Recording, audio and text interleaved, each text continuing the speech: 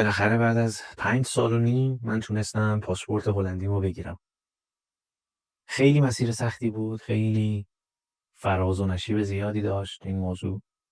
و انتخابای خیلی سختی و خصوصا اولین انتخاب من که در واقع مسیر پناهندگی و جدا شدن از تیم ملی بود، توی دل خودش داره این موضوع و داستان خیلی پیچیده و عجیبیه. من سال 2019 که با تیم ملی اومدم هلند و اعلام پناهندگی کردم، فکر میکردم، یعنی میدونید، خیلی اون موقع برام سخت بود دیگه زندگی توی ایران و یه جوری شده بود که میخواستم یه تغییر اساسی توی زندگیم بدم و توی مسیر ورزشی داشتم خیلی تلاش میکردم که بتونم به موفقیتی برسم و بتونم زندگیمو یه سر و سامونی بهش بدم. اما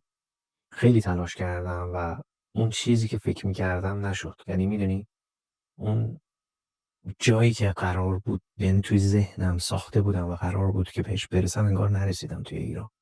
و یه شرایطی که پیش اومد، من مجبور شدم دیگه قید ورزش رو برای مدت خیلی طولانی بزنم و توی هلند پناهنده بشم. خب من تقریبا چند سالی از میادین بین‌المللی دور بودم دیگه و همونجور که میدونی من عاشق تیراندازی با کمانم و خیلی خیلی برام سخت و دردناک بود که از این ورزش بخوام برای مدت طولانی توی مسابقات دور باشم و فقط همین برم تمرین کنم و بیام. اما خب آدم باید هزینه چیزی رو که میخواد و پرداخت بکنه و بعضی از هدفها و بعضی از مسیرهایی که آدم انتخاب میکنه هزینه بسیار بسیار سنگین و زیادی داره. برای منم هزینه گرفتن این پاسپورت یا حالا مهاجرت و این مسیر زندگی و انتخابش خیلی سخت بود و هزینه بسیار زیادی بود. حالا دوستان توی این ویدیو با هم دیگه صحبت بکنیم، یعنی براتون تعریف بکنم که آیا واقعا ارزشش رو داره که یه آدم از وطن خودش، از خونه خودش بیاد بیرون، حالا به واسطه این که بخواد جای خارج از کشور خودش تحصیل بکنه یا کار بکنه یا حالا به عنوان پناهنده بخواد توی اون کشور دوم زندگی بکنه. تجربه شخصی من اینه که فکر میکنم واقعا این مسیر خیلی سخته. یعنی آدمای خیلی خفن و خیلی قوی میخواد این مسیر. یعنی اگر بخوای سالم به مقصد برسی که این راه خیلی سخت رو بخوای پشت سر بذاری و واقعا سالم از لحاظ مخصوصا روحی و روانی بخوای به یه جایی برسی که راحت زندگی بکنی، فکر نمی کنم هر کسی از پسش بر بیاد. یعنی آدما همشون اونقدر قدرت ندارن که بخوان از پس این مسیر خیلی سخت بر بیان. من خودم از لحاظ شخصیتی آدمیم که در مواجهه با مشکلات و مسائل خیلی صبورم و سعی میکنم که تمام چالش‌های خیلی بزرگ و بالا اون تکنیک هایی که بلدم و اون ظرفیتی که دارم سعی میکنم پشت سر بذارم. و توی این مسیرم خب منم مستثنا نبودم و منم آسیب‌های خیلی زیادی توی این مسیر مهاجرت که فکر میکنم، البته نمیشه اسمشو گذاشت مهاجرت برای حالا ماهایی که از ایران به هر نحوی اومدیم بیرون، من فکر میکنم واژه بهتر واژه فرار هست. ما ایرانی‌ها انگار که از ایران فرار میکنیم به خاطر اینکه دیگه توی وطن خودمون انگار دیگه جایی نداریم، یا میدونید، نمیخوام خیلی دارک حرف بزنم ولی اون ارزش و ارج و قربی که باید داشته باشیم انگار نداریم. انگار ما رو عادت دادن به تحقیر شدن و یه جورایی ما رو سعی کردن کوچوله بار بیارن. یعنی استانداردمون انقدر پایین باشه که به هر چیز کمی قانع باشیم و این توی استانداردهای ذهنی من واقعا هیچ وقت نبوده و همیشه من طالب رشد بودم و طالب بهتر زندگی کردن و واقعا توی سطح خیلی خوب با کرامت انسانی زندگی بکنم. متاسفانه خب توی ایران من این شرایط رو نداشتم و وقتی که از ایران اومدم و حالا توی هلند زندگی کردم، تازه متوجه شدم که اصلا کیفیت زندگی، اون احترامی که آدما به هم دیگه میذارن، کرامت انسانی، چه معنا و مفهومی داره و این برای من خیلی جذاب و خیلی خواستنی بود. خب من اینجا یه سری چیزایی رو تجربه کردم از زندگی کردن توی این جامعه و نشست و برخاستی که با خود هلندیا داشتم و بالاخره ارتباطایی که داشتم، به این نتیجه رسیدم که زندگی خیلی فراتر از اون چیزیه که ما توی ایران تجربه کردیم.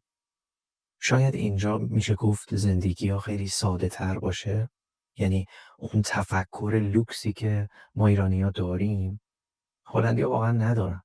اما بحثی که هستش اینه که سیستم چرخ‌دنده‌هاش خیلی قشنگ داره حرکت میکنه و جامعه رو به جلو و خیلی پویا هست.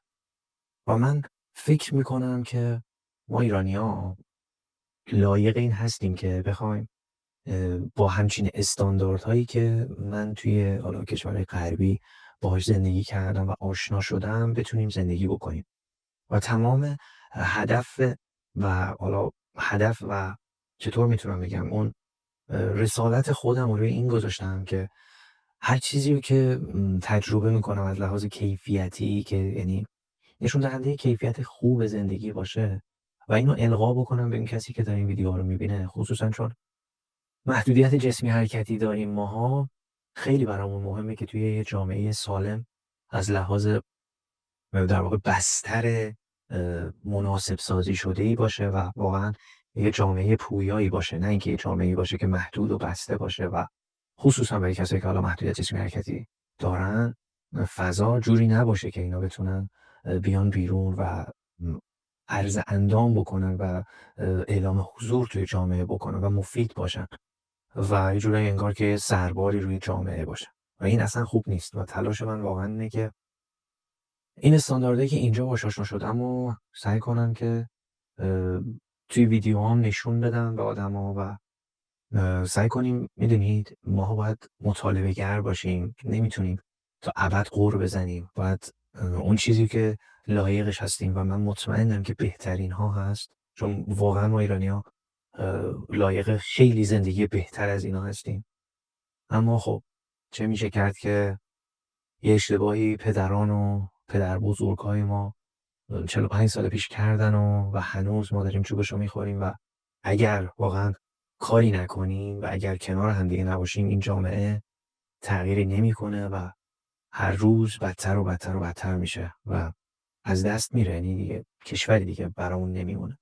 ولی من خیلی امیدوارم به آینده و فکر میکنم که آینده خیلی روشن و خوب میتونه باشه، خصوصا با دهه 80 و حالا نسل زد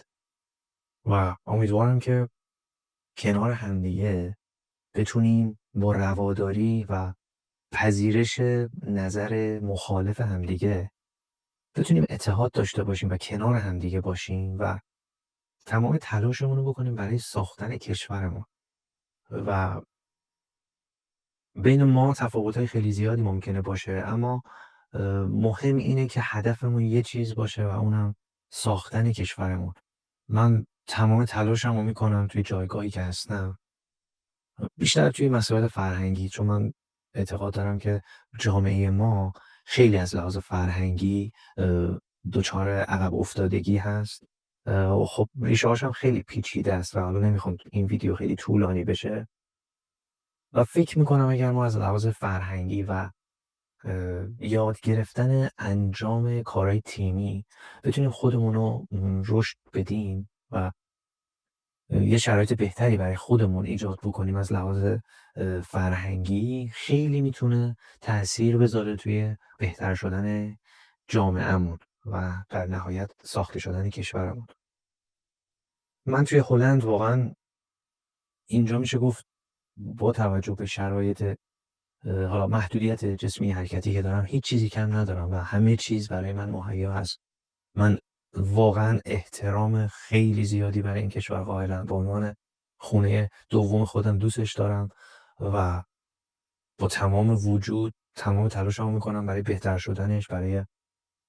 حالا افتخار آفرینی توی اون مسیر ورزشی که حالا در توانم هست و پتانسیلش رو دارم. قطعا صد خودم رو میذارم برای این کشور، چون این کشور خوب به من شانس داد، منو حمایت کرد و تمام امکانات و اون احترامی که یک انسان و اون کرامت انسانی که یک شخص نیاز داره این کشور به من داد و من واقعا قدردان و سپاسگزارش هستم. امیدوارم که تمام تلاشمون رو بتونیم بکنیم هر جایی که هستیم، حالا خصوصا آدمایی که از ایران اومدن بیرون، همون کشور میزبان رو در واقع سپاسگزار باشن برای میزبانی و تمام تلاشمون هم از یه بعد دیگه بکنیم برای ساختن خونه اصلی خودمون، چون من فکر میکنم خونه اصلی هممون وطنمون هست و وطن اصلی ما همون ایران عزیز که امید دارم که کنار هم دیگه بتونیم این کشور زیبا، این کشور اصیل، این کشور خوب و به اون جایی که واقعا لیاقتش هست و ارزشش، که میدونید الان واژه ها برام کم شدن. ایران خیلی عزیزه، ایران خیلی عجیبه، میدونی که من آدم متعصبی نسبت به هیچ چیزی نیستم، اما واقعا وقتی که آدم از کشور میاد بیرون، از ایران میاد بیرون، وقتی که از دور نگاه میکنی که چقدر این کشور زیباست، چقدر این کشور جذابه، چقدر ریشه های عمیقی داره، ریشه های خیلی استواری داره و حیف که توی این شرایط گیر کرده.